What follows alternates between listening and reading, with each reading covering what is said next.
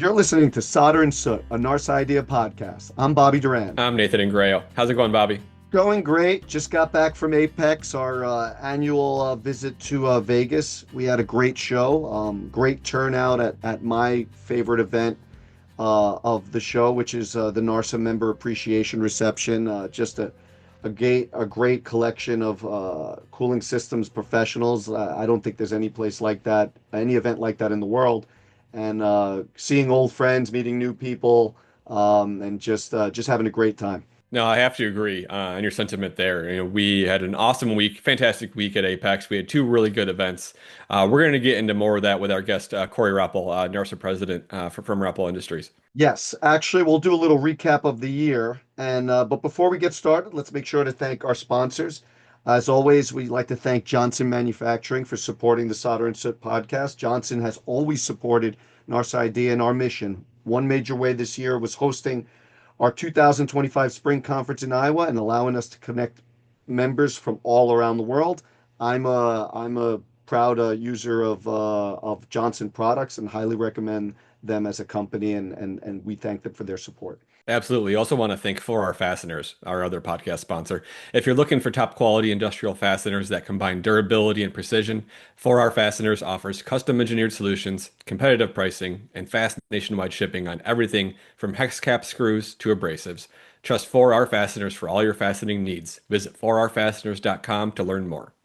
Excellent. Well, let's check in with Corey. How you doing, Corey? Good morning. How are you, Bobby? Nate, you guys good this morning? Yes, thank you. So first things first, welcome back, Corey. From what I understand, you and your dad Tom were on Solder and Soot back in 2022. I believe you're the first return guest. So either that makes you really special, or we had nobody else. So I'm going with the second one there, Bobby. We'll go with that. So let's talk about Corey's first year president. How was it, Corey? Any challenges?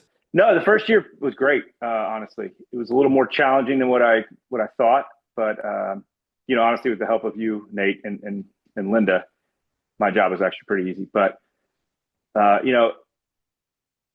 it's been an interesting year. But going back and looking back with the board itself, trying to learn the processes and how it all worked, trying to learn everyone's personalities, it's more challenging than you give it credit for. But we lost a couple members. We added, or not members, but board seats. We added a couple. So it's been an interesting year. But, with the support of Bobby and Brian Braswell and, Mr. NARSA, Aaron, it does make it a little bit easier to learn how everything works in the flow.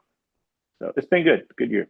That's good. That's good to hear. With every year, there's always highs and lows. With you and Bobby both being business owners in this industry, I wanted to ask you a little bit about how your years have been, especially with the volatility and the economic situation. Well, I'll start. I mean, our year's been good as a whole.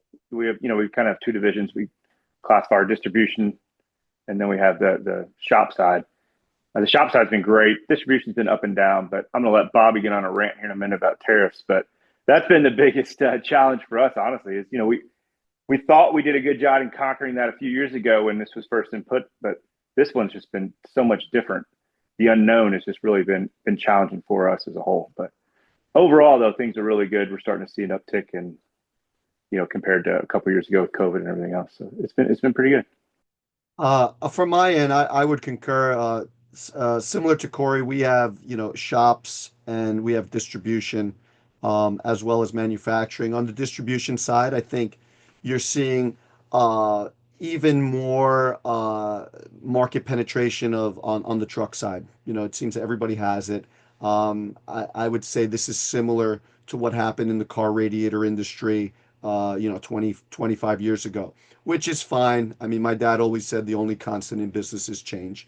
So on that side, we continue our distribution, but we also are pivoting to focus on other markets that are sort of more nichey, like that's kind of always been my thing. On the manufacturing side, tariffs have been a challenge. I mean, candidly, you're tariffed at 50% on your raw material, but the finished goods coming from overseas are only tariffed at 10% or even less. So it's a challenge, and then it may be tariffed at 10%. It may be 25. It may be 50. depends on how it's classified and what's going on. So that's been a real challenge. Um, on the distribution side, but also on the manufacturing side because of raw materials. And consequently, that's getting passed on to our clients. And we've had to react and really see where we're going to focus our manufacturing. We're a niche manufacturer, so we're just doing nothing high production. It's all niche made to order. And we focus there. So I think that insulates us a bit, but it's still a challenge. I think everybody's seeing it in the industry. Thankfully, we're in a need-based industry.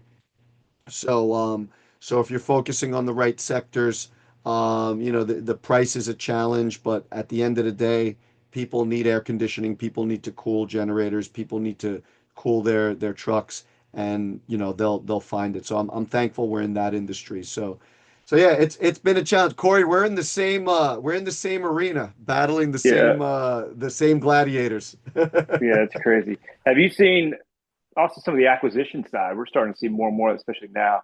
We had some of our, we'll call it competitors did it, but also our customer base. We're starting to really see one of our good customers yesterday just acquired a big operation. So we're seeing more of that shrinkage on that side, which is good and bad. Well, you take the fleet. I don't know how to use names, but the Fleet Prad Truck Pro deal. I mean, that's a big deal for us as a whole in our industry. So and I think we're going to see more. 100%. And I think it's okay to mention names on the show of stuff that's public. Like, hats off to Active, Yeah, and Marty right. No, Newell. totally agree. And Marty Newell, I mean, who's always run a super innovative organization. And Marty's Yeah, always been like 15 years ahead of right. Yeah, anybody. yes. And to see him be able to sell his company successfully to a private equity firm that seems to be active in the space is great. And I think my hat's off to him and his team for being able to achieve that. But I think consolidation is happening all over the country in all Yeah, sorts of industries. I mean, you just look at the roofing industry. The yeah, that's a roofing good one. industry is largely owned by private equity at this point, which for those of you who don't know, that's what private equity is. It's private pools of money versus public equity, which would be like being bought by a publicly traded company. LKQ would be an example of just a public equity company that goes and buys companies. They're very active. I sold a company to LKQ. But then you have private equity, which are these private pools, and they seem to be getting aggressive in certain sectors. And I think it's just a reality. Some people might find that negative. Some people might find it that it's a positive. I think it all depends on where you are in your career. Yeah, Um, but I think there's always ways. It just makes it, in my opinion, it makes it more important for smaller independent shops to become part of an organization like NARSA, because I think smaller independent shops tend to be more nimble than any big company. So it's not the end of the world if Fleet Pride and Truck Pro get together and whatnot. It just means you have to be more nimble and you have to figure out how you're going to compete in the market. But at the end of the day, in my opinion, service is everything. service. And Yeah, um and so again, I think when Mark Taylor and Angelo and I sold our companies, people thought that was a really negative thing. But I think in the end of the day,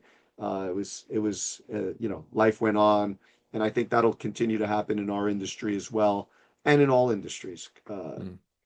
candidly. I think you're right. I mean, I think people, you talk about service. I think people are getting back to that whole, customer touch, personal appeal. People are getting away from the whole internet and all that to an extent, but just, where they want that personal touch still. And some of that we can offer that as a smaller company. So I Mhm. agree with you. Right. Like the whole AI thing, like people are like, oh, I'm going to get AI, AI is taking all the jobs, and AI is, there's going to be, AI answering the phones that sound just like a person. And to a large extent, some of them are really impressive.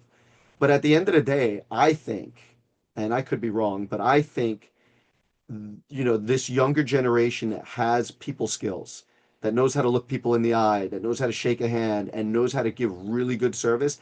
I think it'll become rarer to find that really high level, that human touch. And those people that can do that will be really doing well, because I think it's going to become rarer and rarer to find that super high level personal touch that that maybe exists today, and maybe with AI, people are going to kind of lean a little away from that. That's my feeling, Yeah. and time will play that out. And and it's happening very fast. Bobby, you mentioned how things are getting more and more competitive every year. It just keeps on ratcheting up. How are you handling the pressure right now of finding new suppliers and finding these raw material suppliers to really make an impact so you can service your customers better and be more competitive? Well, in raw materials, there really aren't that many suppliers. Hmm. It's extremely consolidated. Just as we're seeing consolidation in our industry, they are way further along in the consolidation process of raw materials. Add to that tariffs, you can't bring really raw materials in from China. It's very difficult. If this is from a United States perspective, it's very difficult. So, many companies have been acquired. This is just facts. The moment the tariffs went in, on copper, the Section 232 tariffs, the local suppliers raised their prices basically to match it minus a couple of percentage points immediately. Um, they make their decisions based on what's best for their business. But at the end of the day, there's no price savings for buying locally. Maybe just a little bit faster lead times and Yeah. whatnot. Yeah. Hmm. But from that perspective, on a raw material side, it's a very small market. There's no secret suppliers per se. It's just about, okay, did this tariff all of a sudden make this other supplier that you may have not used before, did that make them all of a sudden kind of get on your radar as more competitive? Corey, you could probably comment better on the distribution side and bringing in ready-made product, because I think that's a tariff game as well. Yeah, no, it is, but it's the same thing though. I mean, you don't know. Everybody's got a tariff, so everybody's paying it, which is a nice thing. So it's a level play field, but it's when did you get it? It's more of a timing thing right now, Hmm. especially. Hopefully, it levels back out, but yeah, I'm kind of with you. There's no real secret supplier out there. I think some of the manufacturers are starting to get creative the way they do it, so it helps out a little bit. But at the end of the day, it's still everyone's basically paying the same, so it does level that out. It's just, again, I think it's more that creativity of how you get it in, when you get it in. I know some people are delaying shipments, waiting to let it level out, hopefully, but I don't know. It's just it is what it is. There's nothing we can do about it except for figure out again how to service our customers better so that they buy, because it's all the same. Right. One saying that I like a lot is that, your network is your net worth. And in a year like this, how important has your network been to, keeping up with either the tariffs or with ongoing trends in the industry? Speak to that a little bit, if you guys. I was I will be thankful that I am president this year, just for what you just said. Honestly, I was able to utilize the board and different things just because I was there and had to be a part of it, and that helped our business for sure. Just being able to have to be at these meetings, to have to be talking to different board members and just hearing different things has really helped us level some things out this year to help against this tariff piece. It's been a huge part of the organization for our company to be a part of it. It's been huge for us this year, especially. I mean, I've got some long-term friends and things like that in the industry, but talking to different people on the board that I normally wouldn't talk to has been huge for me, or in the organization, outside the board, even at the organization. Like when we were in Iowa, talking there, a couple of different people, I learned a couple of things like, oh, I didn't even think about it that way, or that's a good idea. Let's partner on this and bring this in together type situation. So it's been a good thing for sure. Yeah, from my perspective, it's always been invaluable, and even more Yeah. so now. Hmm. Whether it be, can I find a supplier for this or a domestic supplier for that, or what are my options to just like a rant and therapy session. Yeah, right. Yeah, And that's probably someone's the gonna best tell you piece like, of it. Yeah, yeah, sometimes you just need to talk to someone, that understands, where you're at. what you're going Because through. Yeah, at the end of the day, in our industry, I don't have anybody in my local friend group from when I grew up in Jersey that's in my industry. So, they don't, it's not the same talking to someone that, distributes, I don't know, roofing material versus someone that's actually in what we do.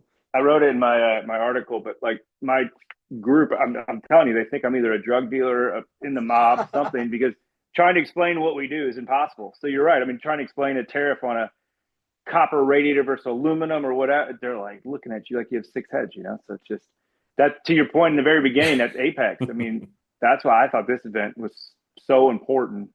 That networking thing was awesome. There were so many people there, and I literally probably talked to somebody from, I don't know, every country there, just bouncing around talking different ideas, and every competitor, and everyone was just great sharing information because everyone's in the same boat. So it was awesome. You'll just talk freely and not have to worry about who's listening or what. It was great. So it was spot on. But yeah, it is nice to have that network to be able to call, a Braswell on a Friday morning and listen to him ranting and you ranting and say, all right, man, we'll have a good weekend. See you next week. It's good to be able to do that. Yeah. So speaking of that, we need to take a look back at this past year, and the first event we had in 25 was our spring conference at Johnson Manufacturing. That was back on May 16th and 15th and 16th at Rhythm City Casino. So just wanted to go back and kind of circle back on our thoughts on that, what our major takeaways were. We had some really good speakers at that event. We did some great tours as well. So we toured Johnson Manufacturing, toured Lincoln Electric. We had a lot of great content. So what were some of your favorite parts looking back on those? Bobby, why don't you start with that? Besides the networking as usual, I really enjoyed seeing Johnson was cool because, I've been on the board with Aaron now, I don't know, 10, 12 years, whatever it's been. And, I hear a lot about it whenever I have a question about flux or processes or solder. I could always call them on the phone, but to actually see how they do things and their quality control process and it's interesting, and it was good to see that and kind of put a picture in my mind as to what they do and how it's done. And Lincoln Electric was really cool watching those big industrial robots and how they build them and whatnot, and seeing how automation could be used even in our own shops at some point. And I know people are already using it. So that was really cool. I had a great time over there, and yeah, I had never been to that part of Iowa. I even got a ride back to the airport from Aaron himself. So shout out to Johnson Manufacturing Uber rides, because evidently Uber doesn't come to Johnson No. Manufacturing. So that was good. Well, for me, I'm just upset that we were 45 minutes from Field of Dreams. I didn't realize it to the last day. I'm still upset. It should have been the first place we went. But no, I mean, to touch on what Bobby said, the Johnson thing to me was fantastic.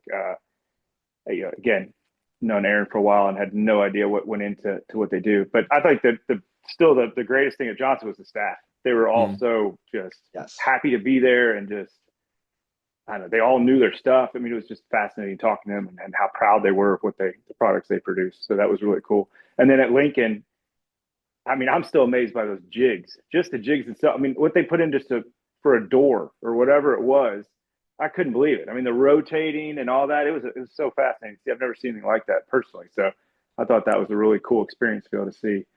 And then, I'll touch on the networking piece, because I sat on the bus with the Ranchu, a couple guys from Ranchu that I normally wouldn't speak to. So I talked to them the entire way, which was great.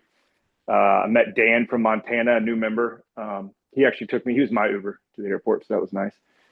But then my favorite was, Heat Tech's, the LKQ company, brought in two old school guys, John and Bill, who I've known for, since I was a little kid, but I haven't seen them in probably 10 years. And they just show up, and it was just like, oh my, we reminisced and just talked stories, and it was great. I mean, it's just always a good event to go to. So. And they confirmed a lot of the stories I heard about Anthony DePonio. Yeah, guaranteed about him wrecking a customer's truck with a forklift, and then also that Anthony, they put him on the dip pot, and Anthony told me that he would purposely mess it up so he wouldn't have to do R- the dip pot as a kid. do it again. And they confirmed that that also was Was 100% it true. 100% true? Yeah, I played golf with Anthony in Vegas, and if we want to go on this podcast, it'd be about 3 hours, and we would just be nothing but laughs. So the stories are endless. The also the round table I found to be really good. And what was crazy about the round table is that we've done things like that before, but it seemed like to get a lot of really good feedback. People enjoyed that smaller group setting, and I think when you're in a big auditorium and there's microphones around, I think that might keep some people rather from maybe speaking up or maybe they're not comfortable. But in that smaller round table setting, I think that there's a lot of advantage to that. We heard a lot of good feedback from that. So I think Nate, we're going to be doing a little bit more of that kind of thing, right? So that's more my style. I'm not going to speak up in a big room like that. More, in the small rooms, that's more me. I thought that round table was awesome, especially the one the first night. So they're all good. Yeah, and I have to agree with you guys, and I have to give a shout out to the folks at Kirby's. They were the ones that planted the seed for that idea when we were visiting with them at HDAW last year, or this year rather. And so yeah, I mean it was a great add-on, something we're going to continue to do moving forward. So when we're at L&M in 26, we're going to have a similar breakout session just like that. And there was a big focus on learning from each other at this past conference as well. Bobby, I know you served on some panels there. We had a lot of good content, whether it was from the after treatment with Thomas Hart, Scott Johnson, Tom Williams, or if it was on the cooling systems roundtable, which was really well received as well. Again, Bobby was on that one with Bob Burgess, Rob Blue, Aaron, and Jose from Solvay. So yeah, speak to that a little bit, Bobby, about those experiences sitting on those panels and moderating those a little bit. Well, I believe I was voluntold to do those moderations Guilty. by you, Nate, and no, I enjoy moderating them, especially like the guests they had, like Rob Blue is super knowledgeable, and Oh yeah, yeah. I've geeked out about radiators with him and picked his brain at their plant, and so for me it kind of comes natural to do all that. And I think people like those panels, and we'll do more of them, and we'll tweak them and figure out what kind is the secret sauce to kind of make them flow the right way. But yeah, I enjoyed moderating them, and if I'm voluntold again, I will be happy to serve. Yeah. Voluntold. So. All right, as we're continuing down our down memory lane here, the next event was our international tour in Turkey. So let's talk about that a little bit. That to me, and I've been part of NARSA actively since 2005, and I think for me that was one of, if not the best events that I've ever been to.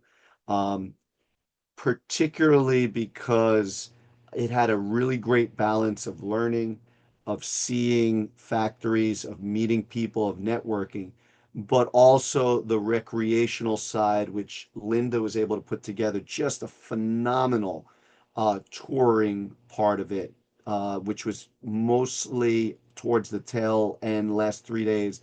And I just had a great time. And even on the way back, we missed our flight and we had an impromptu gathering of me, Linda, and Charlie Dorsey in Belgium. And that was awesome. We did chocolates, waffles, and karaoke, and for Linda's birthday, which is that day. So it was a phenomenal trip. The group of people that went on this trip was fantastic. And we landed in Istanbul, and we saw two factories there. So we were there, I believe, about 3 days. And then we saw Caleauto, which is a really like OEM style factory, really high tech, very impressive. And then we went to another factory in the Istanbul area called Panoto, which they focus on a lot of really big generator stuff and very nice people and really impressive factory. Then we flew to a place called Coram, where we got to see the Yetsin factory, which is a family-owned factory and just wonderful, wonderful people there. They literally, and if I'm not correct, if I'm incorrect, Nate, they literally rolled out the red carpet for us. Yeah, There was a literally. red carpet. Yeah. There was a red carpet, and it was just phenomenal. And their factory was, a blend of old school and really advanced stuff, and they were really unique in that they made a lot of their own tooling. It was an inspiration for me to see that factory and the quality of work coming through there. And then just the Turkish people themselves are just wonderful. It was a wonderful one of the best business trips I've ever been on. Yeah, I'll second that for sure. I was lucky; my wife was able to join me, so that made it even well, say better, but you know how that goes. But no, it was really was fantastic. But to touch on what you said, I didn't believe how big Istanbul was. I mean, that place was just incredible. In Massive. our hotel, you go to the top and had that rooftop, and you just took that panoramic view, and it was just like, oh, this place is crazy, but it's just beautiful. We took that boat ride, which was amazing. Uh, I loved it, but and even that thing with like when we were at Apex, it was nice to walk around. And the guys from Panota were there, which was that was cool to see that and talk to them, and like you actually had something in common to talk about. But and then obviously I would never go on a balloon ride normally, but out there it's once in a lifetime. So I mean, how cool is that to say you did? And it was funny. I'm still talking about this trip. I mean, I was at a basketball practice the other day talking to one of the random dads about it. And it was just like it was just to your touch on. I mean, it was just an amazing mix of the factory side for work and then just the cool culture and everything else on the personal side. And I stayed that extra day, and as a tour guide, she just took us. My wife wanted to go carpet shopping, so she took us on her own and did it. And it was just like, I mean, the people were amazing. It was just an incredible trip. What a melting pot that city is just in general of just people and cultures and food and sounds, and it's just amazing. And then with the people that we had with us, I mean there's 25 members, 12 different countries represented, Yeah, 11 different languages spoken just in our little group that was there. And it's just amazing to see all this come together and everybody working together with this common goal of learning and networking. It's just incredible. It really was. I have that picture of us in Capio sitting at the bar, like in the mountains, and it's I think it's the three of us and Wayne and Charlie. I think it's Charlie. That's this awesome picture of the lights in the back. I mean, it's just that was so cool. So I uh I I was reflecting that, like, I was on the bus, and I was just listening, and I heard English, Turkish, Spanish being Spanish, spoken, yeah, and Icelandic, which I can definitely say that we were probably the only bus in the world with those four combination of languages anywhere. And it was yeah. so cool, and we had a great time doing it. And again, I encourage anybody to go on these trips. And we learned that Linda, Far has yeah. no idea how to tell time, so that was great. That was fantastic. Gerardo, just late to everything was great. So Hey, that's a There's always cultural that thing. one That's yeah, person. There's always that it, one it person. just yeah, yeah. and he just Look, walks up in with a big smile on his face, like, "Hey, what do you get? No big deal." Look, in Puerto So Rico, if you great. expect people to be there by 7, you need to tell them Give him. 5. So really, that's on you and your cultural Yeah, insensitivity of telling them. yeah. We got to They learn have to that. yeah, we got to learn that. So that's how it works here. Yeah. It was so much. I mean, it really was so much fun. And then we capped it off at that winery the last night. I mean, that was just what a way to end it. That was just Yeah. awesome. Oh, just I mean, it amazing. was and our tour Mhm. guide, Oh, fantastic. I forgot her name, but Osgood. Uh, School. I mean, I think, Nate, you and I and Linda, we've had several conversations about what makes a good NIT, what works, what doesn't work. Should people have a little bit more free time? We have these conversations to try to make it better. But I think the one thing we all agree on is that a good tour guide just yeah, makes the trip. Just makes the trip. She was fantastic, she really you know. was. Absolutely. If you had to pick one thing out of the whole trip, what would be your favorites? For me, it was the food. Like it was just amazing. The food that we had, especially when we got out into Cappadocia, when we went to those smaller style restaurants where you could see the people cooking. Yeah, that little farmhouse was cool. Yeah. The farmhouse for sure when they were making the molasses outside for our meal. Like that was just amazing to see that and to see, people kind of living in that self-sustaining lifestyle, For me, it would have to be it would be close between. I really enjoyed that meal at that farmhouse. That Hmm. was Yeah. cool. The ending with at the winery, or the elevator at the Oh, rooftop goodness. You would restaurant. bring that up.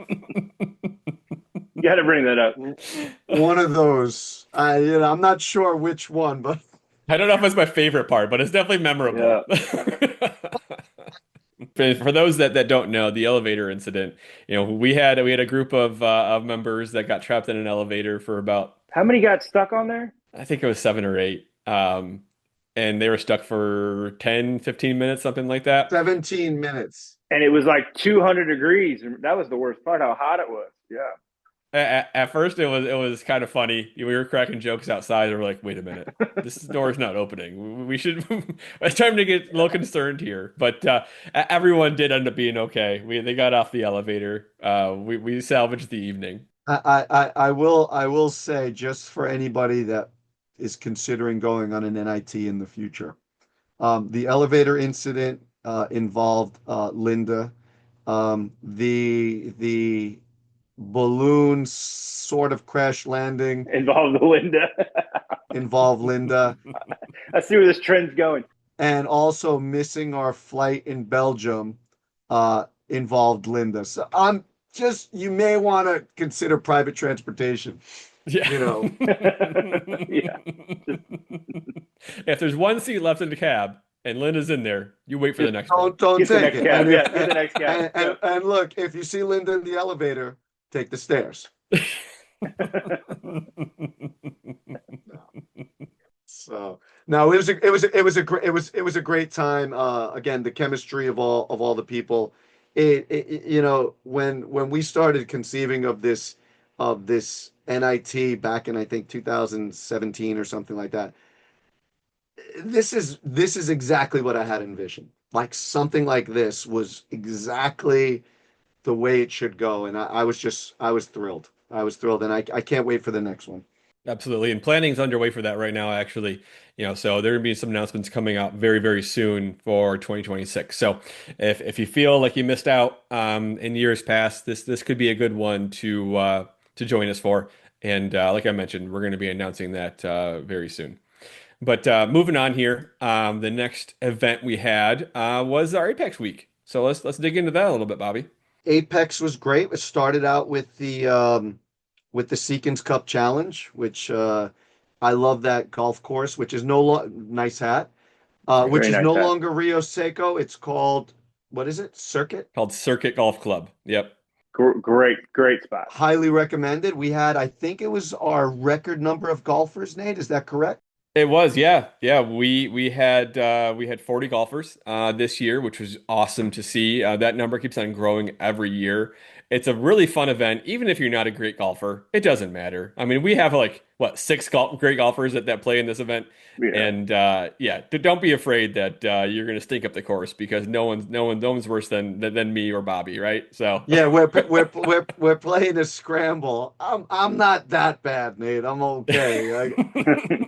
And for everyone out there listening and doesn't have the video going, I am wearing the official NARSA hat from the golf event. Yeah, we're stepping up our game on the Yeah, swag for I got golf. the I So a got the mug. I don't know if you can see the well, it's blurry, but yeah, little got the blurry. mug. The But yeah, swag is definitely has been stepped up. Yeah. that's right. That's And if right. you've never played this course before, okay, a little inside tip: it always breaks to the strip when you're putting. So just remember that. Interesting. It's words Interesting. of wisdom, and just remember that for next year. Always breaks to the strip. Yeah. Gotcha. So yes, a great day of golf.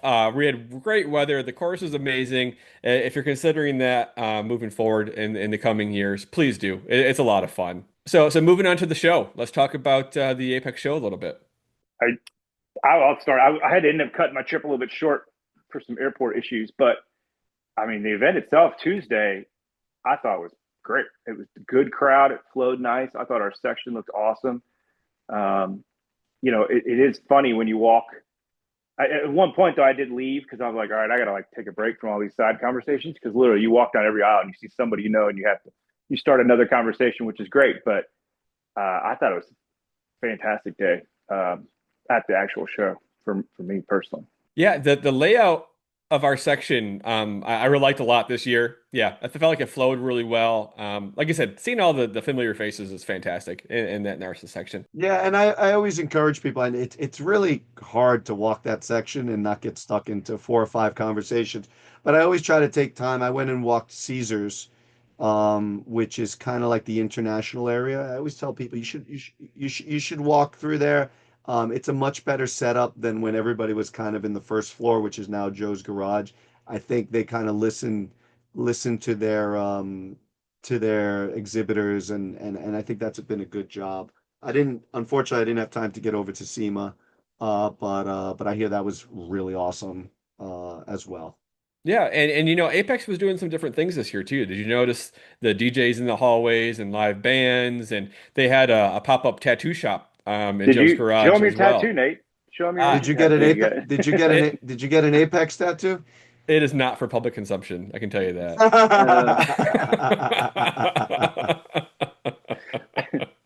No, they did. They brought the bands over. They did do it. They're really it's changing. And then I mean you had Gretzky.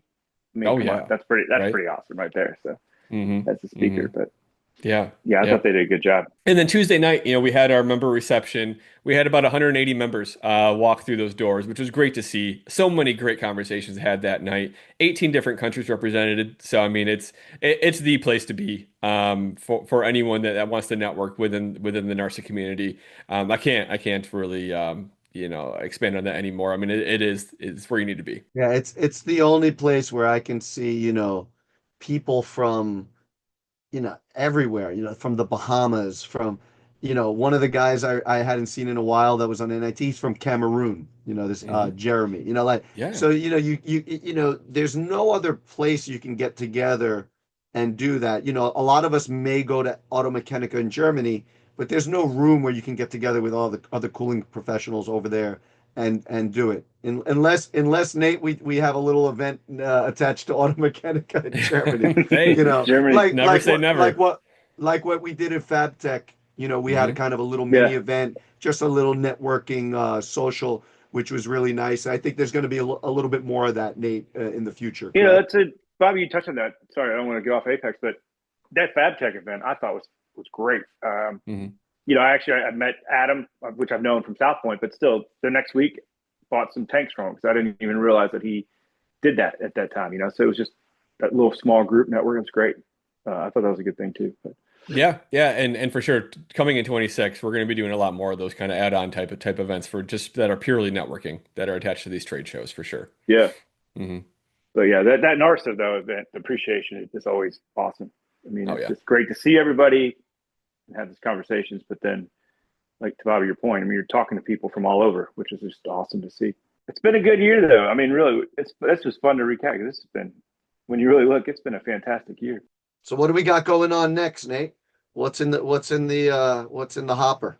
Yeah, so for 26, we have a lot that is going to be happening. We're going to start the year off with our planning session. So that's every 2 years that we do that. So the board is going to get together for a full day of meeting to discuss our overall strategy, what our goals are for this year, for the coming years, for the next 10 years.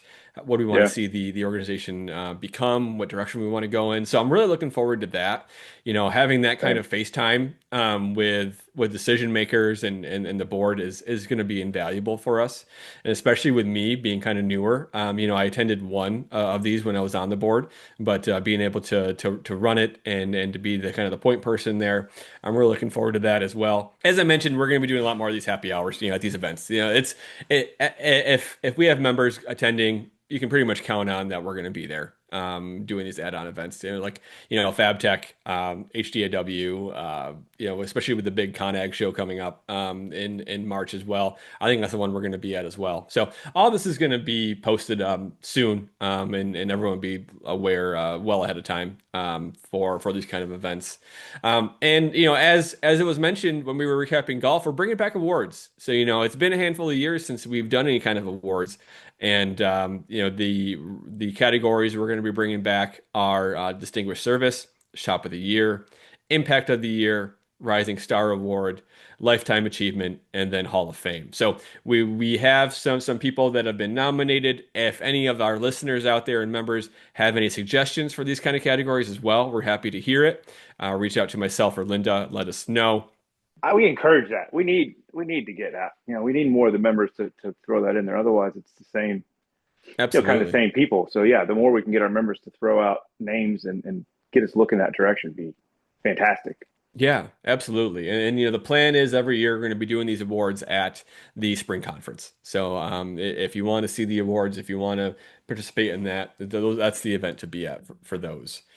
Speaking of, so our next spring conference is going to be at L&M, hosted in Duluth, Minnesota. That's going to be April 29 and 30th, 2026. So mark your calendars for that. We're going to be having our signups start really, really soon. We're going to be announcing our lineup of content. Really looking forward to that as well. Going to be a fantastic, fantastic event. And for those that don't know what L&M is the factory that makes Masabi radiators, which are the grammatized individual tube radiators.